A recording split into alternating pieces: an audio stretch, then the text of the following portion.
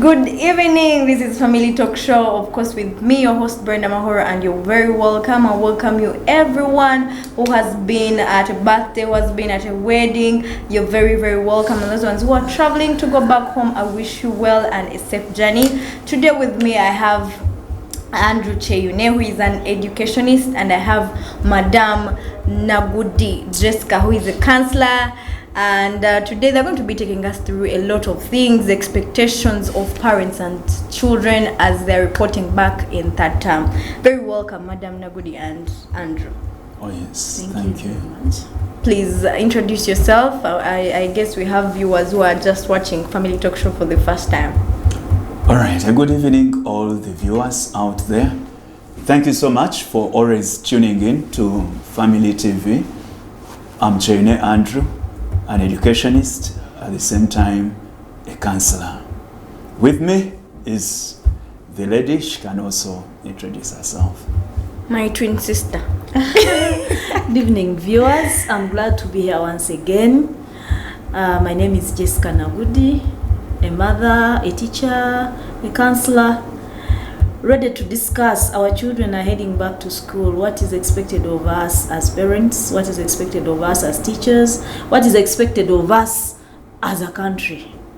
So let us listen to one another and we agree on a few things. Thank you very much. Wow, thank you so much. And of course we're going to be beginning, and I want to send my greetings to Don Kaka, the #1 show of Family Talk Show. I send my greetings to you. And today we're going to begin with the lady.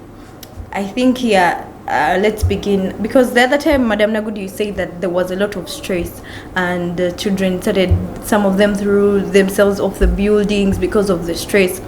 What are the key points that we are going to be discussing of is that what is expected of parents as they're reporting back, as they're taking back their children to school, and then we shall be discussing what is expected of candidates, and then we shall be discussing what are the expectations of school administrators and teachers as well.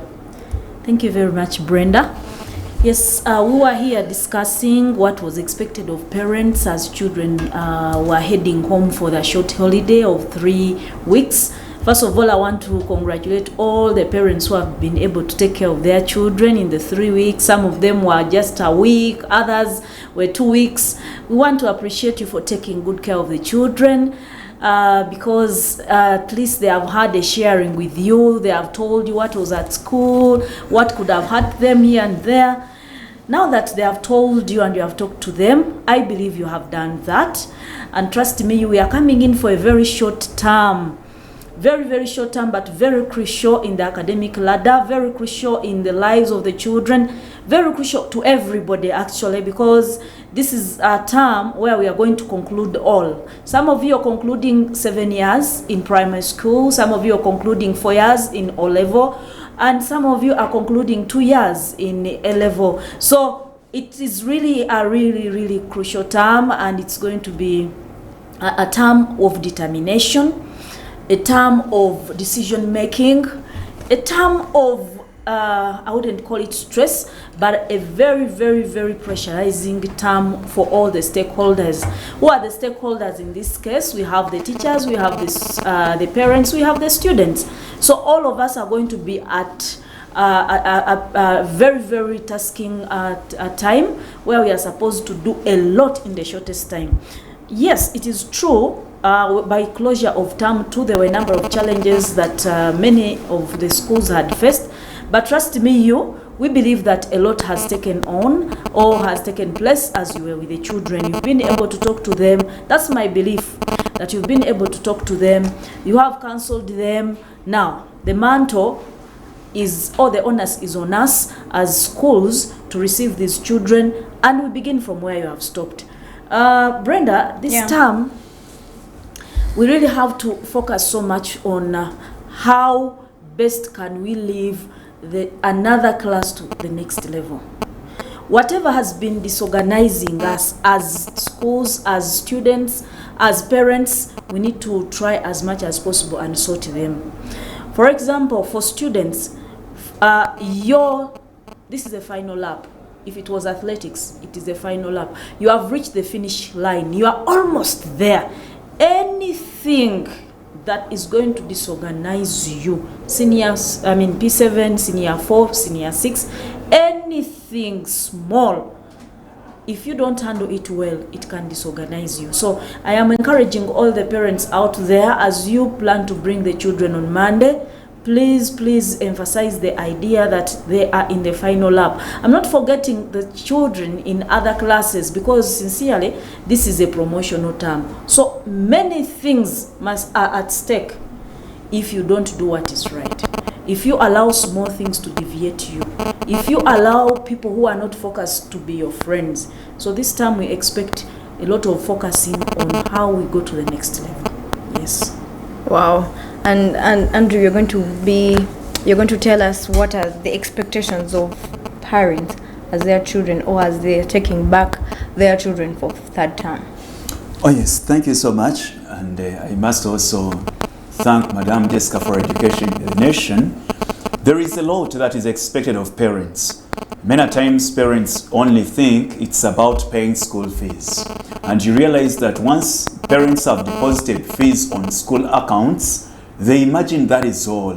All they wait for back as they sit home are results. Yeah. But I think it remains a process, and this is what I've always encouraged parents. It's a process, and we must monitor every other stage in this process. You don't just pay fees and sit back. That's why even as we report back for third term, which has already defined as a very crucial determining term, I think parents need to be more vigilant, and this time round they need to be very observant, take keen interest in their children's education than even ever before. Yeah. But before we go into all those other details, I think let us begin right from home as you're preparing the child back to school.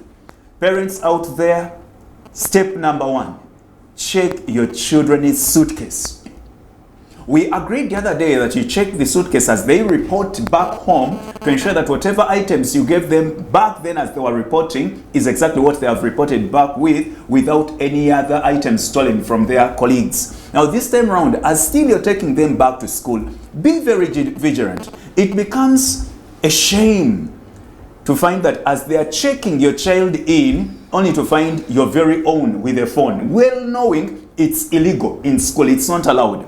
As they are checking your child, only to find this is the child with other illegal items like drugs.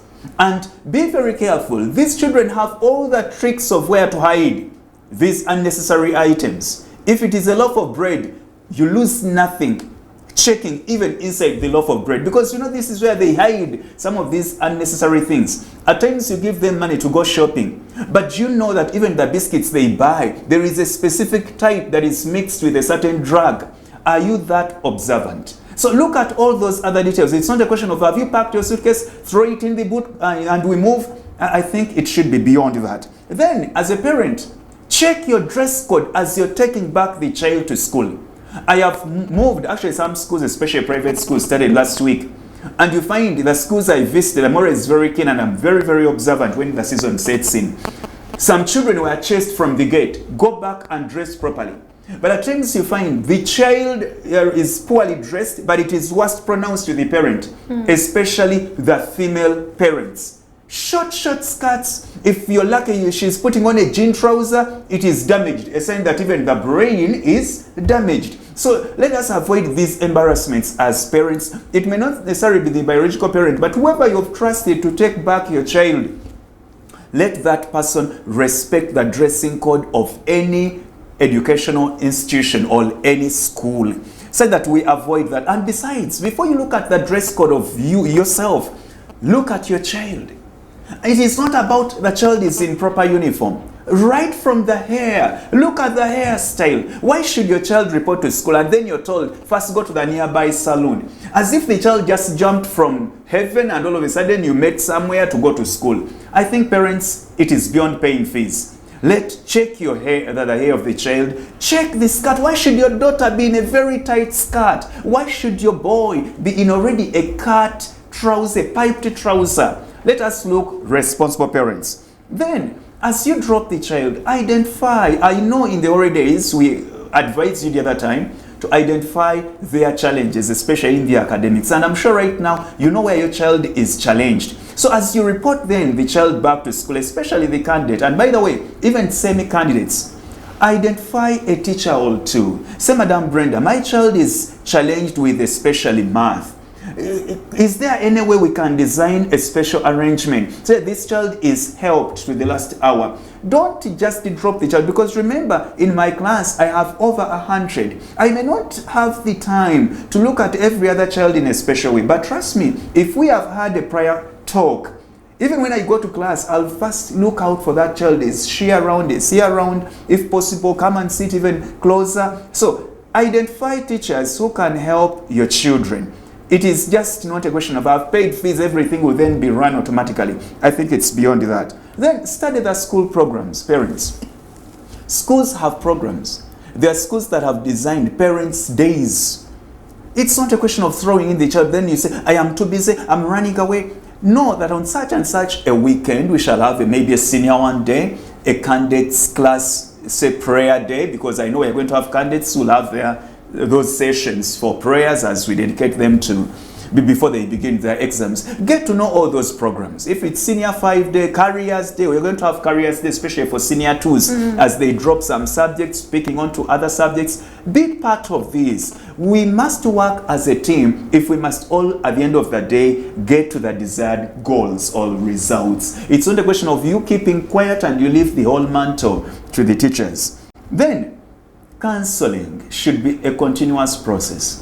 As you're taking your child back to school, have that little statement you give the child.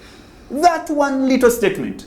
It could be that my child, I have paid all the fees. I have done my part. While in school, do what is expected of you. My child, last time, your performance was not the best. Can I have some improvement this time? Have a minute too at home before you set off. I know you've been doing it. We thank you so much. But still, in this very last hour as the child is being dropped to school, have that last statement that whenever the child reflects on your words, maybe that will contain them. All right? Then, be supportive. There are so many other programs. It could be field work. It could be projects, entrepreneurship trips, or any other thing, seminars. We are going to have, this term is vigorous. It's a really packaged term. When the child calls, we have a seminar. I may need 10,000. Yes, at that point you may not have it, but work around the clock. Otherwise, at times these children are forced into other temptations when they fail to get some of these basics. So parents, whenever the child calls, please, and the challenge we have is that we shall have a seminar, say, of 10,000, especially candidates. The child will call saying they have requested us to pay 50 or 60,000. Parents, be in touch with the teachers, especially school authorities. Any slight thing, cause an inquiry. Otherwise, we are having a different generation. They will always exaggerate everything. The trip is 30,000, the child will tell you it's 100,000. And you begin quarreling, abusing every living thing. Call and get the truth. But we are only calling upon you to be supportive. Then, the issue of fees. Right now, if you interacted with any parent, I think what is on their mind is the question of fees. Each parent has 4 children. 3 are in candidate classes, where schools are calling upon zero balance. In fact, in the package for the schools and school managers, we shall talk about it. But it becomes another, I think, stressing issue. Every school is talking about zero balance. Remember, we have only had 3 weeks holiday. You must clear the fees for last term if you must be allowed in, and any bills for this term, we want zero balance. Even when, as a parent, you don't have all the requirements, you don't have all the fees, move in as a parent. Don't delegate to send a sister or a brother who may not explain anything. Do it yourself and explain yourself out. I'm only calling upon school managers to give a very wider listening ear this time, so that we are accommodative. If the fees was meant to be 1M, I have 600,000. Let it not be a punishment. But maybe in the next 3 weeks, I'll see what I can clear. And then schools later, as we shall see, have this other annoying point. Commit yourself in writing. Excuse, this is not a prison. I have not committed any offense. I've only brought what I have at that point. Why then pushing me to write a commitment? I think schools, we at times fail to be polite and we appear more money-minded, but we shall go into such issues. I think also it depends on how the parent has come or has approached the administration. Yes, it all goes back, but I think this is not a marketplace that pay for the tomatoes of 200 and I exactly give you 2-3 tomatoes meant for 200. So if the fees is for say 1.2, 1.3 is not going to all be consumed in one day. Even if that child was to eat food, it is a cycle of 3-4 months. So if I can have in the first month I have brought the 600, yes, let it cater for that 1 month as I plan to clear. But when you find there is pressure, that's why at times you find parents are either insulting teachers or teachers are insulting parents. I think we need to be more flexible and listen to one another with utmost respect. Lastly, before I close the aspect of parents, parents respect teachers. Every other time I get this chance, I'll emphasize this. You'll go to all the best supermarkets and you're doing that, thank you so much. You're buying every possible requirement. There is only one requirement you're not buying and you'll not get it anywhere. You're not buying teachers. You'll bring all the possible school requirements. Some parents are lucky, they can even have a special suitcase for each, this and the other. Yeah. I've not seen any parent carrying a boat teacher to school to teach their children. Respect the ones you have found at school.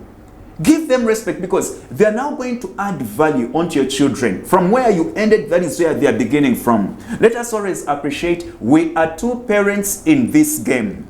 You gave birth to the child, biologically you did your part. But I'm now adding value onto this child so that tomorrow you as a parent and the nation at large will stand to reap or benefit from this child. So let us respect the two parents doing this noble cause of educating children. Otherwise, you come to school, along the way, you're asking your children, who is that teacher who is giving you hard time? I want to see that teacher. You would be lucky to even be saluted as a teacher. I want to see that ka-teacher. I want to see that ka-madam. But you're forgetting one thing. That ka-teacher, that ka-madam, that ka-man is the one you're leaving your child with to add value. I think even the Bible will not forgive such a parent. We need to really respect one another. Yes, it is possible that the child has told you a lot about a teacher. But the children we have today can create any funny story, maybe to justify their grounds or their offenses. Work closely with the teachers. And by the way, they're the teachers who will always give you the most accurate reports about your children. Never should you ever insult a teacher before your child, because naturally the anger will be transferred. I think that issue has really become very rampant. We Rampant in some schools. Experienced hell. We are calling upon parents, respect teachers. Yeah. It is running out of hand. It is okay, madam, you're working in the parliament. Yes, thank you so much. You're getting a lot of money. You can do every possible thing. There is only one thing you can't do, to stand and educate your child. You can't teach your child, but you rather need to hire someone else to do it. There is a lawyer who abused a teacher. Because he's a lawyer, he earns a lot. But yes, that a lot you're earning cannot stand in front to add value onto your child. It is rather the other person you're underlooking who accepted to earn less but add value onto your child. Let us respect one another.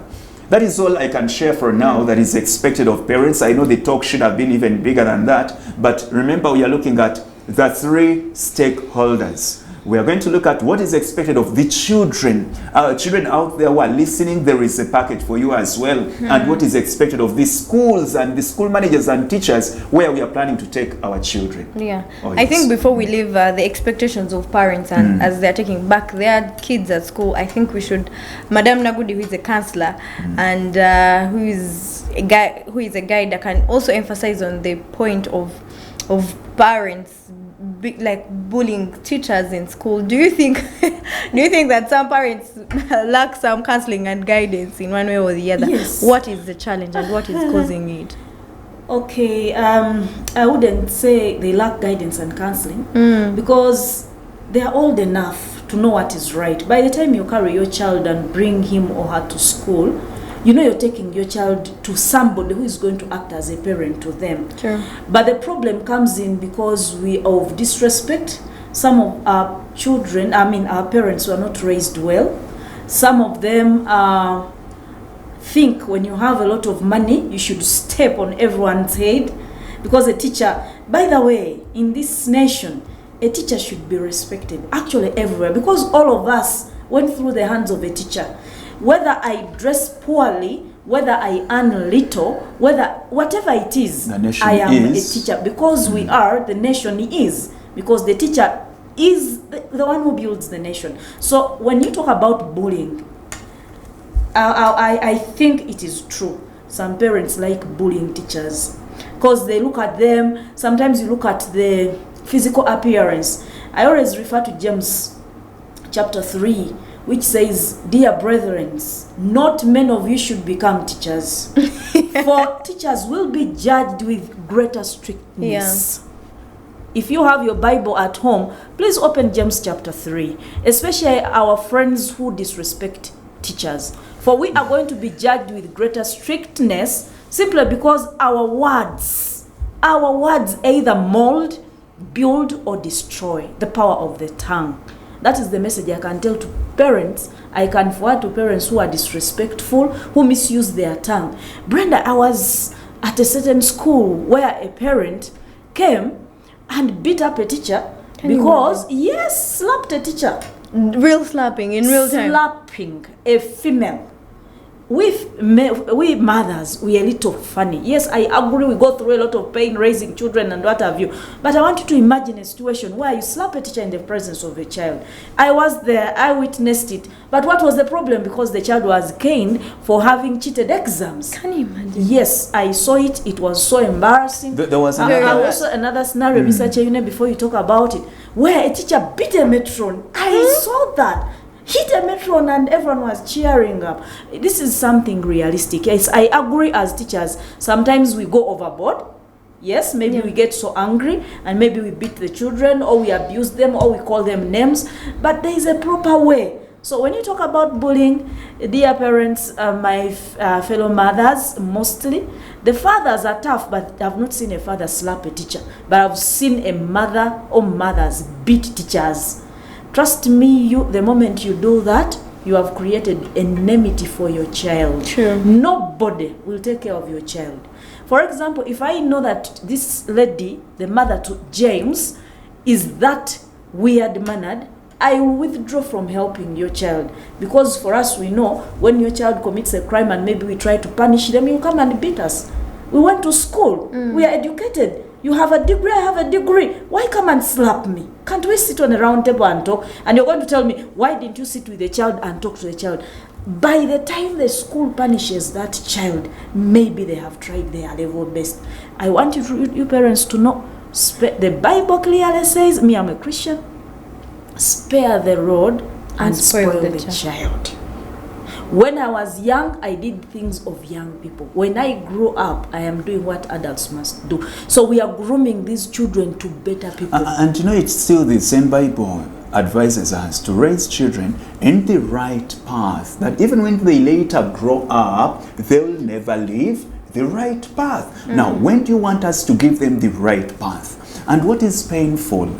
Still on that very point, she cited out those scenarios. There is a recent one of a parent whose child was suspended for dressing poorly. Actually, the child was not even suspended. She was only, the poor dresses were confiscated. And the From child, the suitcase? They were in the suitcase? no, she was putting on funny attires. Then she was told to change and the ugly ones were confiscated. The indecent dress. Yeah. She immediately called home. Of course, you know how children communicate. They will always defend themselves and they will paint a different story. The mother, without listening, came around and abused every living thing, right from the askari to the top manager of the institution. What? And painfully, in the presence of other parents, other children. Sometimes we contain ourselves, but I think we shall very soon advocate for cells or prisons within schools. Because I imagine if I was the head teacher in such an institution and such a parent does that, I think that story would have been bigger.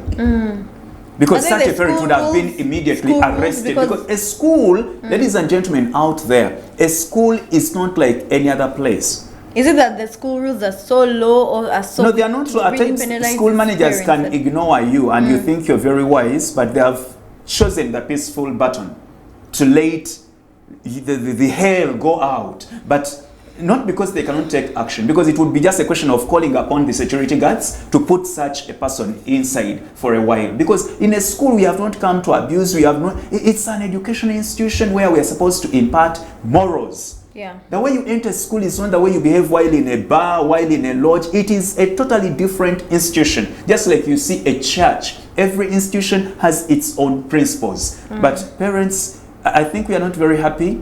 Most of us have been hurt, but we still carry on the task of educating the nation. But one other small reminder, the way you chose to do medicine, the other person chose to do law, someone else chose to join the army, I chose to teach your children. I think we deserve respect. We should respect one another. I am not saying teachers are very innocent in this case. Yeah. We shall also look at that other part where they have not also seemed to respect the parents. You know, it's a two-way. But I'm saying conclusively, let us respect one Another. And the next is going to be what is expected of candidates as they are reporting back at school or as they are at school. The pressure. Pressure. Really, Madam Nagudi, there is a lot of pressure there. You have to discuss about it. What do we have to do? I remember when I was at school, the pressure, really. Sometimes I felt like, I wish I didn't join school. Interesting. Yeah, it's true.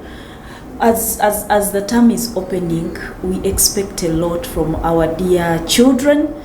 Yeah, we are basically looking at candidates, but I want to first of all give a general overview about all the children who are coming back to school.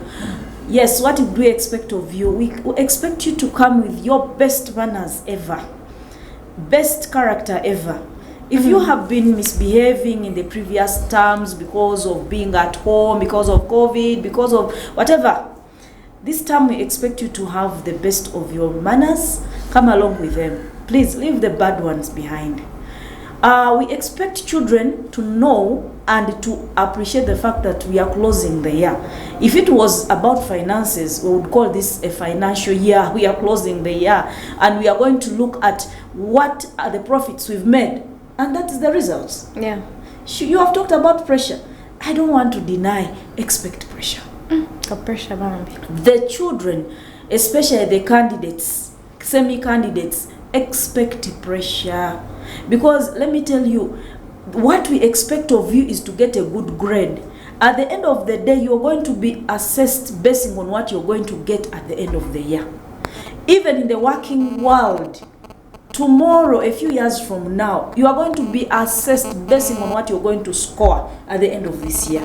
Therefore, the pressure, we expect it. However, this pressure, if accepted positively, I always tell people that challenges are always there to check our strength, or a challenge comes in life to strengthen you. But if you get it negatively, I'm telling you, you're going to collapse along. So my dear candidates out there, you are going back to school. You are going to have a little more pressure compared to the previous terms. What is our expectation?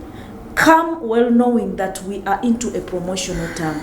We are going to sit national exams. And these national exams, you must be able to attain the highest grade ever. Because you people out there, you judge schools basing on the first grades they get. And that is the question. Every time it is January and they are releasing results, oh my God, schools are on tension. So it forces the teachers to put pupils and students on their toes so that they perform well. Secondly, that pressure will only come along if you have not been preparing. For the students who have prepared well, for the children who have not wasted their holiday, trust me, you're going to enjoy this term. because we allowed you to go home to relax a bit from the school environment, so that when you come back you're refreshed. But we did not tell you go and throw books in the dustbins, go and keep the books in the suitcases. Some of you are picking your suitcases right now, you are checking, dusting off. Now for you the pressure is going to kill you. I'm telling you the truth, young girls and boys out there. But for those candidates who continuously revise their books, trust me, you're going to find life a little smooth.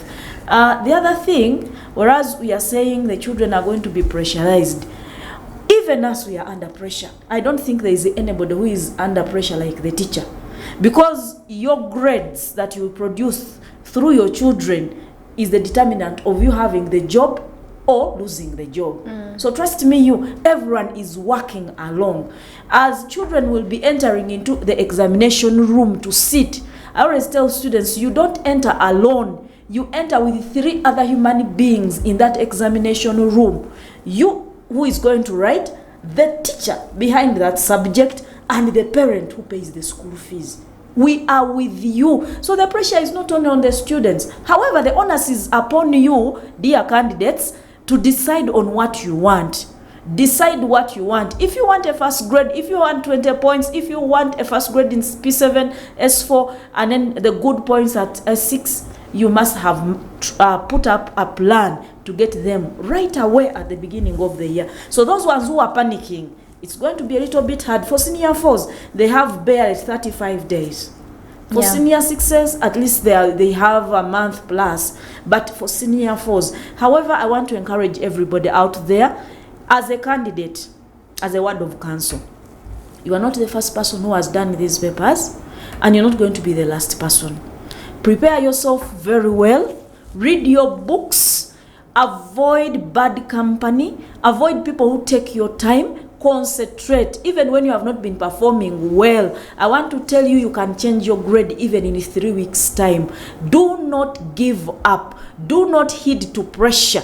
Do not break down because they are pressurizing you. We pressurize you because tomorrow you will have those good grades and they will speak for you. I always tell students, try as much as possible to have a document, to have results that explain for themselves, not you to explain for the results. You know, I was sick. That is nonsense. Prepare yourself very well so that tomorrow when you present your document as results, nobody asks you, but the document speaks for itself. So the pressure, I want to tell you, it will be there. And it will be real. Yes. And then, Andrew, are you going to add on like 2 or 3 words on that? We are all looking at children going back. They are also excited in one way or the other, but the candidates must have the excitement at the same time, the stress. Actually, if there is no stress, you're not yet a candidate. If you're not stressed, you are just in your own world. But every other day you reflect on that day, they will say results are back. You must automatically have the stress. But remember, at the back of your mind, success is like a ladder which you cannot climb with your hands in the pocket. So if you expect to sit back and relax and then at the end of the day you're equally jubilating, I think it's impossible. The pressure in schools that many people are complaining about or are worried about, we forget one thing, that these pressures come from home. Just like Madame put it, that day, January, Feb, when they say results are out, every parent out there, including those perhaps who didn't get to school, to those levels, they at least know how to ask this question. How many first grades? And they don't, by the way, they are too selfish that they don't even look at their individual children. They begin now looking at the broader part of it. How many first grades did the school get? No one will pick interest. How did my child specifically, or how many fourth grades did we get? After all, it's also a grade, it's just a fourth. They are all interested in first grade. By the way, this question at times, shamefully, it's even pushed at A level, where perhaps the discussion should have been points, but now you find still people are mindful of the first grades, they still bring it back to even A level results. So in such a scenario, all stakeholders are on pressure. Parents have paid fees for the last 4 years. Dear candidates out there listening, this will be the determining time where you must show what you've done for the last 4 years. Even schools, by the way, must give evidence of what they have done for the last 4 years. Accountability. Now, for the course of 2 years A-level, this is the time to prove it. So inevitably, the pressure must be there. Not only on the parents, by the that day they say results are out, you find even parents are shivering. Some parents even collapse, right? Actually, it is too much. Schools are on tension, teachers are also on pressure, everyone is on pressure. So to avoid that day, let us do the right thing. Just like to avoid the day of judgment. Let us repent now, do the right thing, okay? Because there is the day of judgment. But then, candidates, for us to successfully go through this, take note of this one point. It's always your discipline that will take you mountains. It is always your discipline that will open you gates to honor. Let us be disciplined. Last term and even first term, we had several nasty cases all over the country of strikes. Is it expulsions became expulsions. Some expulsions were even indefinite. I think the story of expulsions, schools being banned, has become too much. We don't want to say that school managers are very innocent. But trust me, 70% children are to blame. But remember, this same round, you did all that. It was first term, second term. Yeah. This is third term. You just don't have an idea of what it means to be expelled. By the way, parents, even when you registered for UNEB exams, on grounds of indiscipline, the school has rights to terminate you. This should be made very clear to parents. Because some kids imagine, after all, I registered. Yes, you registered to do UNEB exams. But for you to do UNEB exams under my center, you must be disciplined. If you are indisciplined, true, go to UNEB and do exams from UNEB. But as long as you're to do exams under a given center, you must respect the rules governing that center. So candidates, as we are going back, you are the most endangered species. I'm not saying the same candidates should relax or the other classes. Yeah. But we are saying, at least this third term, our eye is so much onto the candidates. Under discipline, let us avoid the following. Escapism. Why would you escape? After all, you have a senior 4. You have only 3 weeks. Can't you keep in 3 weeks in school and then later you jump out and enjoy whatever you want? Let us contain ourselves. Use of drugs. We have always checked. Do you know what it means? Tomorrow you have a paper, but a day before you slept, when you're totally drunk in the morning, you can't write anything. Let us avoid such issues. Respect school rules. Senior 6s, after all, you're doing it for the very last time. The next time you're in school, you'll be at university where you'll dress the way you want, where you'll no longer attend lessons but rather lectures. All right, they want those sugar quoting statements after all, but it remains a lesson. You'll have lecturers. You'll be at campus or university. Now there is that other word that makes people swell campus, but it remains just a university or any tertiary institution or any institution of higher learning. But you're only having 1 month to. Can't you be patient? Do your exams, excel, and walk out. And I always tell candidates, you'll need that school that you want to destroy even after 10 years. Yeah. You'll at one point lose your academic documents and they'll take you back to your former school. Or at times you may need a recommendation from your former school. So respect your schools. It will always be your school. And the other thing, dodging. Dress code. Why should teachers fight with you over dress code? Do the right thing. Let us really check on our discipline. Above all, respect teachers. Avoid coupling. Madam was trying to cover it a bit by saying avoid bad company. I know how it feels when you're about to finish senior 4. We have all gone through it. Parents out there. It feels sweeter when you're the defined candidates. You're the senior 4s. Trust me, you can even change your style of work. When the senior 6s, you feel you're weighing 1,000 kilograms. Now, at that point, many children feel, how do I finish senior 4 without a girlfriend? I think it's abnormal. How do I finish senior 6 without a boyfriend? I think this is the time. Actually, there are those who set their goals. Me, I'll only get a boyfriend as I get to senior 4. I'll only get a girlfriend when I'm finishing senior 6. And they feel this is the time. My friend out there, you set a dream, a goal that is preparing you for hell, if not the academic limbo. This is not the time to fall in love. You cannot manage these affairs alongside academics. If even at this age, people still get disorganized, then at that age when you still have to answer exams, you'll get the right person at the right time. Let us focus on our academics. The other issue maybe as we wind up the course for the candidates, because we feel they are very crucial, but we're not sparing the other classes. Know your weaknesses and work on them. Your academic weaknesses. Children have challenges. We have P6 who are going to P7. Some schools will terminate you. We have senior 3s going to senior 4 or 5 going to 6. So as you're coming back for third term, know where your weaknesses are. Math is challenging me. Divinity is challenging me. So come with ready to work on those areas of weakness so that you get a desirable grade. And then we have already talked about discipline. Extensive reading is expected. It is a promotional term. Whether you're in P1, you're being pushed to P2, you must qualify to go to P2. That extensive reading for third term, the pressure, parents out there, it is going to be the order of that day. And trust me, when we use the pressure and we get good results, do you know we all smile? True, but the most interesting thing that you people forget out there, you'll carry those results till your coffin. They will never be my results. Me, I'll smile for a little while. Brenda has passed, all right? Jessica has passed. As a teacher, I'll smile for that day. But remember, as I jubilate for the senior citizens, I already have another group enrolled for that year. That so you're my bringing, joy maybe from 5 will be short-lived. But for you, will carry your document forever and ever. Even if you're a professor, even as we are burying you, shall say, he has been a professor. You'll carry that pride maybe till heaven or hell. So, succumb to the pressure, accept it, because the everlasting joy is to be shared by you. It is this very document we maybe need to tell our children that very soon they'll get into the job world.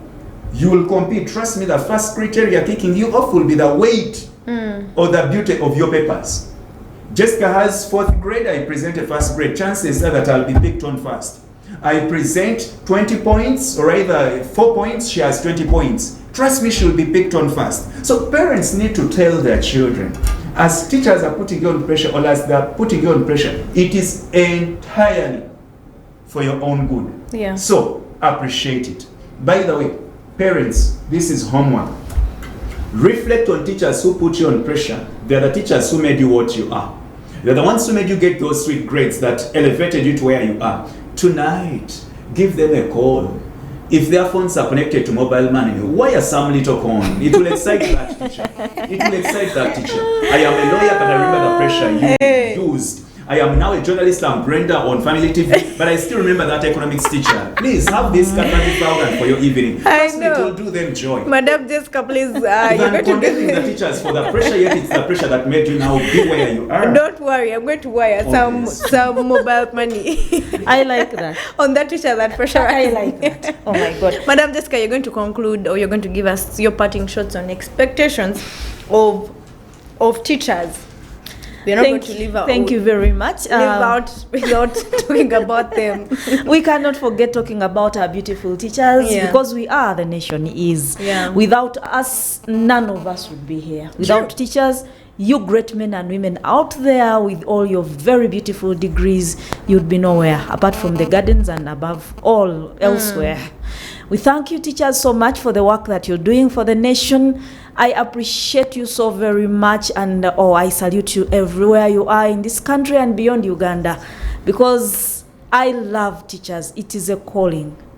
Many of us became teachers because we thought it was the worst because I didn't perform well. Some of you think, and actually children think, I want to be very sincere, many students think teachers failed to become lawyers. They failed to become doctors. Too, that is what I thought. Exactly. At some point. But now I am washed.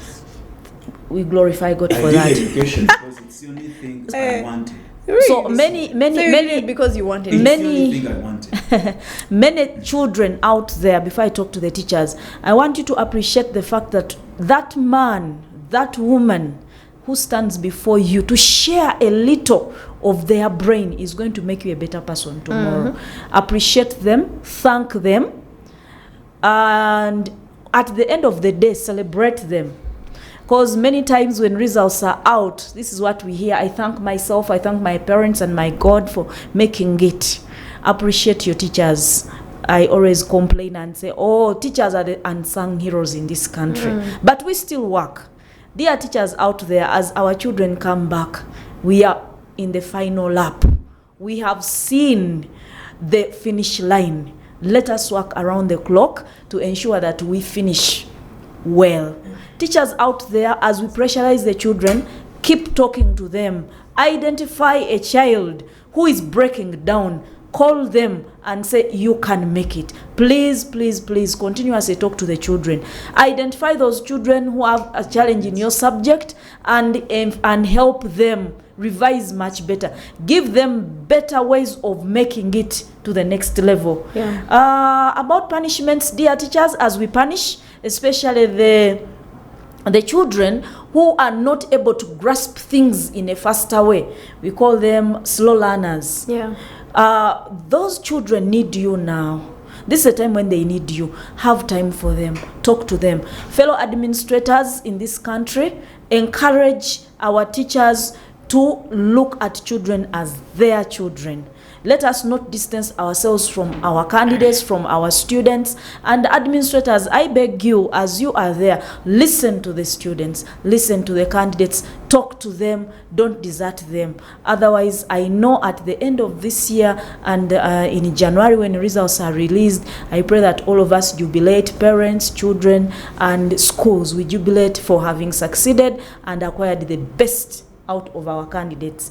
Remember, these children were affected by COVID, but we must make sure that we put them where they are supposed to be. Thank you so much. Thank you so much, Madam Nagudi. You can give us your numbers in case there's a parent who wants counseling and guidance. My number is 0782 760 590.